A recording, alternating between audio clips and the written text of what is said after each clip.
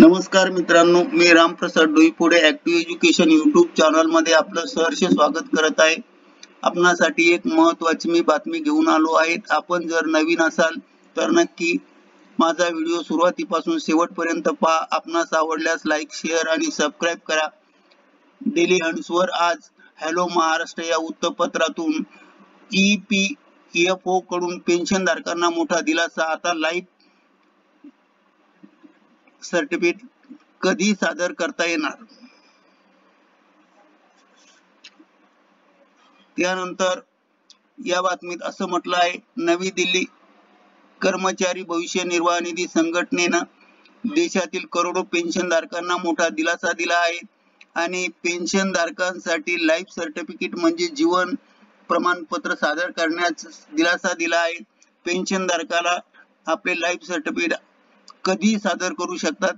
यापूर्वी पेन्शनधारकांना दरवर्षी नोव्हेंबर महिन्यात लाईफ सर्टिफिकेट सादर करावे लागत होते। कोणत्याही व्यत्ययाशिवाय पेन्शन मिळण्यासाठी पेन्शनधारकाला दरवर्षी लाईफ सर्टिफिकेट द्यावे लागते आणि पेन्शनधारक जिवंत आहे की नाही हे यावरून दिसून येते।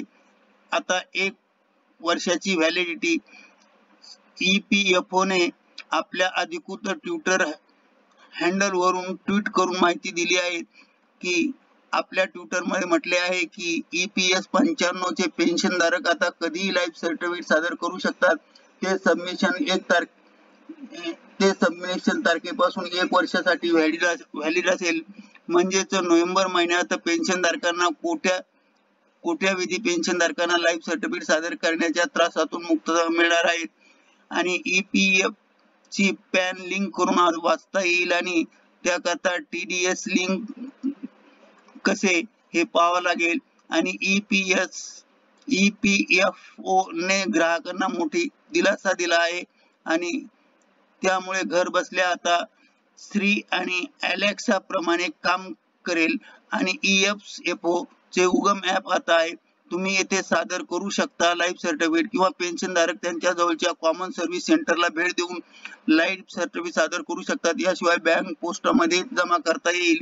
तुम्ही घर बसल्या लाईफ सर्टिफिकेट सादर करू शकतात। यासाठी बँक आणि पोस्ट ऑफिस मध्ये जाण्याची गरज नाही। पेन्शन आणि पेन्शनधारक कल्याण विभागामध्ये पेन्शनधारकांना 12 सार्वजनिक क्षेत्राच्या बँकेवर डोर स्टेप बँकिंग अलायन्स किंवा पोस्ट ऑफिसच्या डोर स्टेप सेवा उपलब्ध करून डिजिटल लाईफ सर्टिफिकेट सादर करू शकतात। अशा एक प्रकारची ही न्यूज होती। या पुढील महत्त्वाची बातमी अशी आहे की UGC डबल डिग्री एकाच वेळी 2 पदव्या घ्यायचे असतील तर आता ते नक्की वाचा।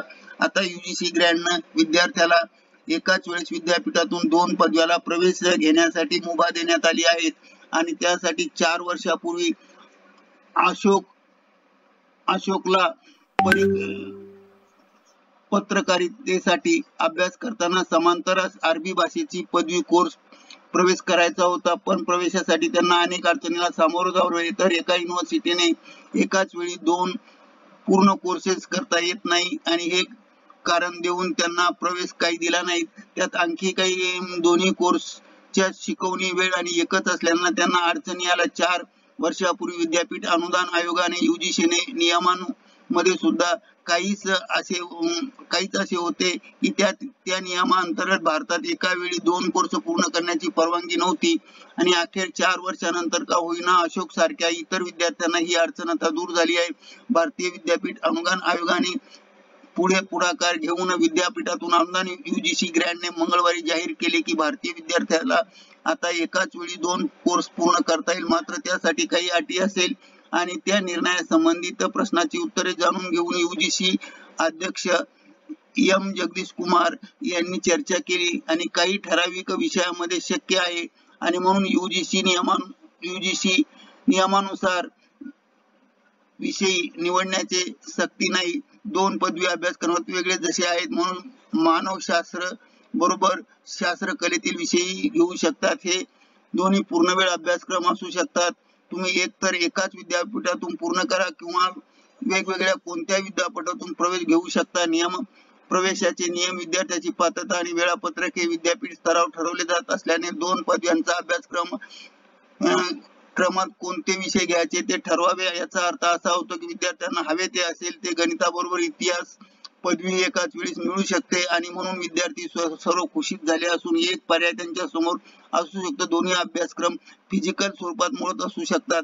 अशा वेळी दोन पदवी अभ्यासक्रम वेगवेगळी असायला हवी.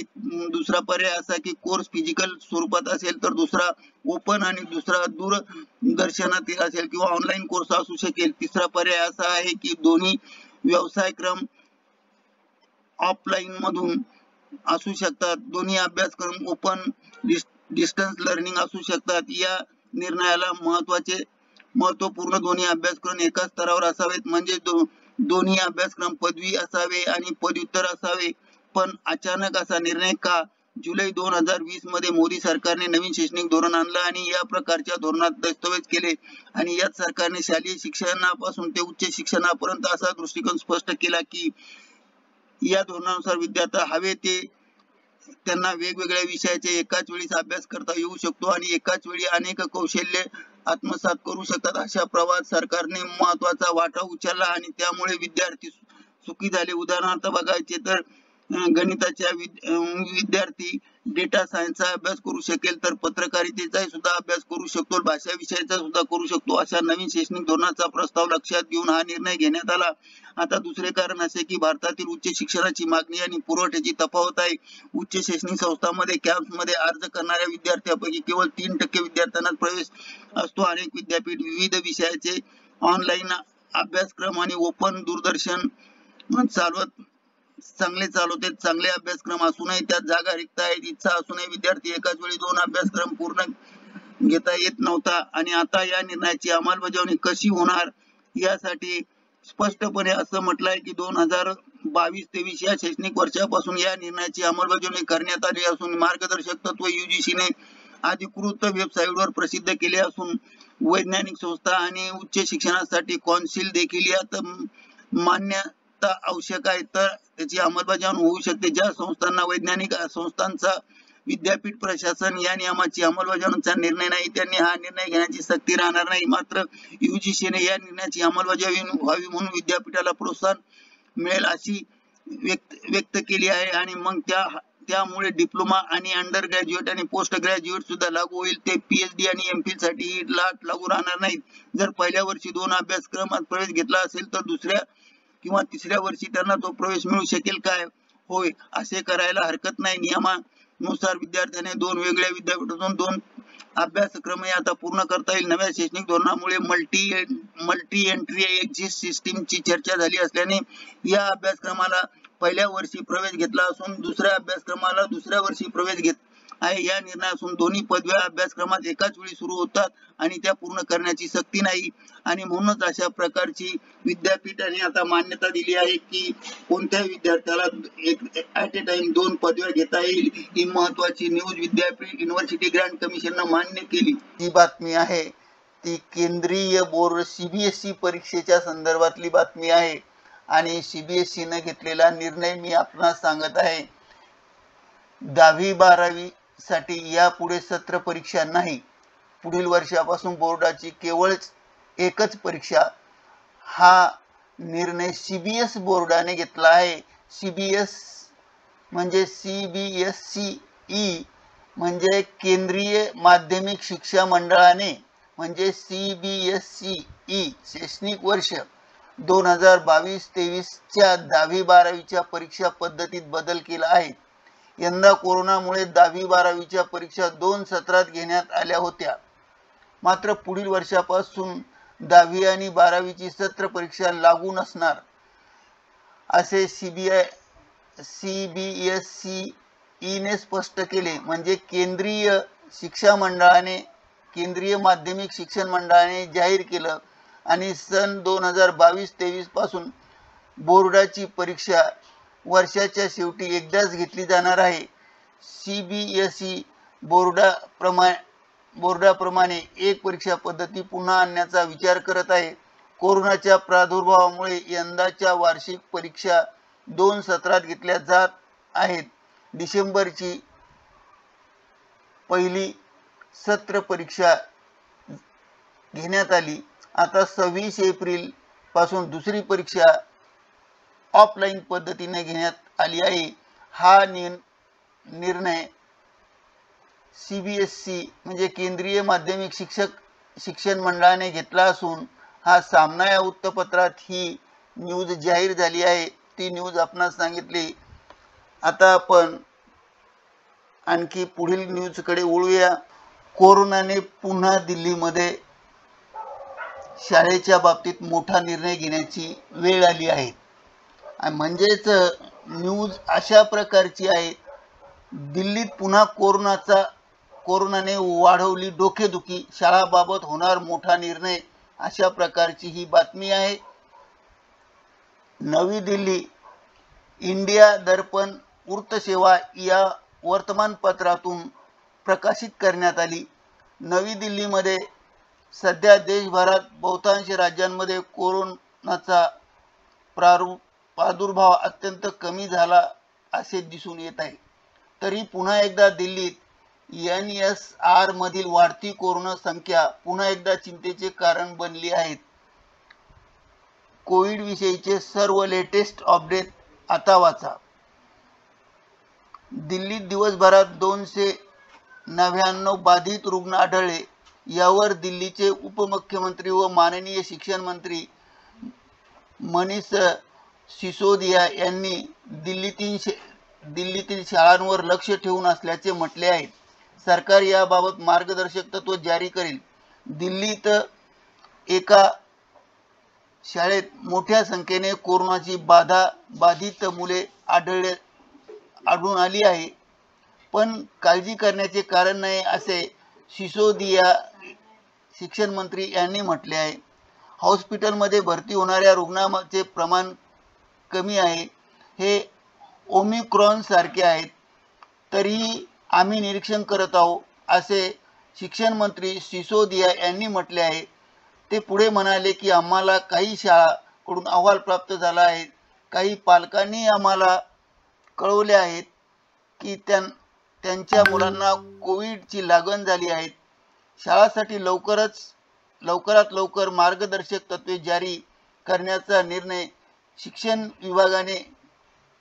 विभागाला दिला आहे आणि दिल्लीतील सर्व सरकारी आणि खाजगी शाळा पूर्ण क्षमतेने सुरू आहेत। यासोबत CBSE च्या 10वी आणि 12वीच्या परीक्षा एप्रिलमध्ये आहेत। परीक्षेस अवघे 12 दिवस उरले असता अशा परिस्थितीत शाळेमध्ये कोविड प्रोटोकॉलचे पालन केले जात आहे। शाळांमध्ये संसर्गाचे प्रमाण हा आरोग्य विभागाचा चिंतेचा विषय आहे।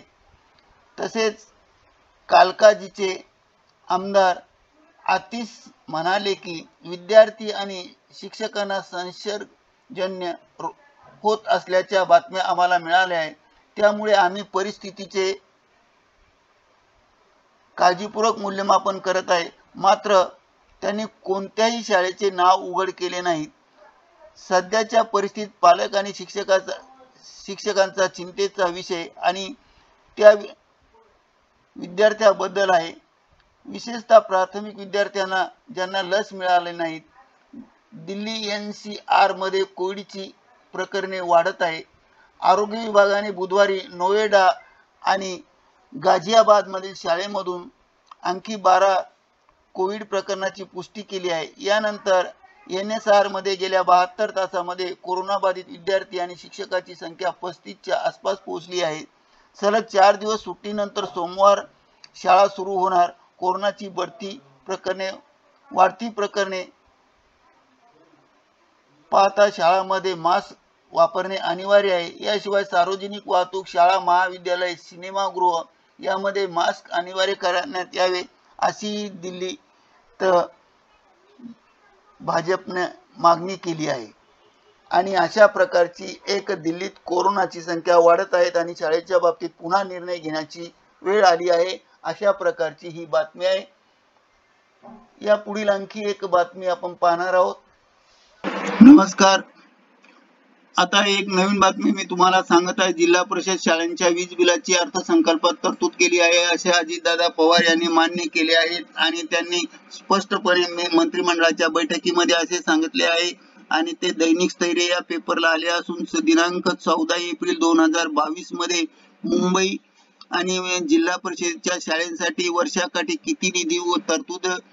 किती निधीची तरतूद आवश्यक आहे याची माहिती घेऊन शालेय विभागाने वित्त विभागात सादर करावी, त्या दृष्टीने अर्थसंकल्पात तरतूद करता येईल असे उपमुख्यमंत्री माननीय वित्त मंत्री अजितदादा पवार यांनी म्हटले आहे. जिल्हा परिषदेच्या शाळांना वीज थकीत असल्याने वीज जोडण्याच्या तोडण्यात येत आहेत आणि जोडण्या तोडू नयेत याबाबत अनेक लोकप्रतिनिधींची मागणी केली होती. त्याबाबत उपमुख्यमंत्री अजितदादा पवार यांच्या अध्यक्षतेखाली बुधवारी बैठक आयोजित करण्यात आली. या बैठकीत शालेय शिक्षण मंत्री माननीय प्राध्यापक वर्षा गायकवाड, ऊर्जा विभाग प्रधान सचिव संजय खंडारे आणि महावितरण अध्यक्ष व्यवस्थापकीय संचालक विजय सिंघल, मोडक उपव्यवस्थापकीय संजय खोडके आणि संबंधित अधिकारी हे उपस्थित होते. या बैठकीस असा निर्णय झाला की शाळांच्या तोडलेल्या वीज जोडण्या पुन्हा सुरू करा. प्राध्यापक वर्षा गायकवाड शिक्षण मंत्री यांनी सांगितलं.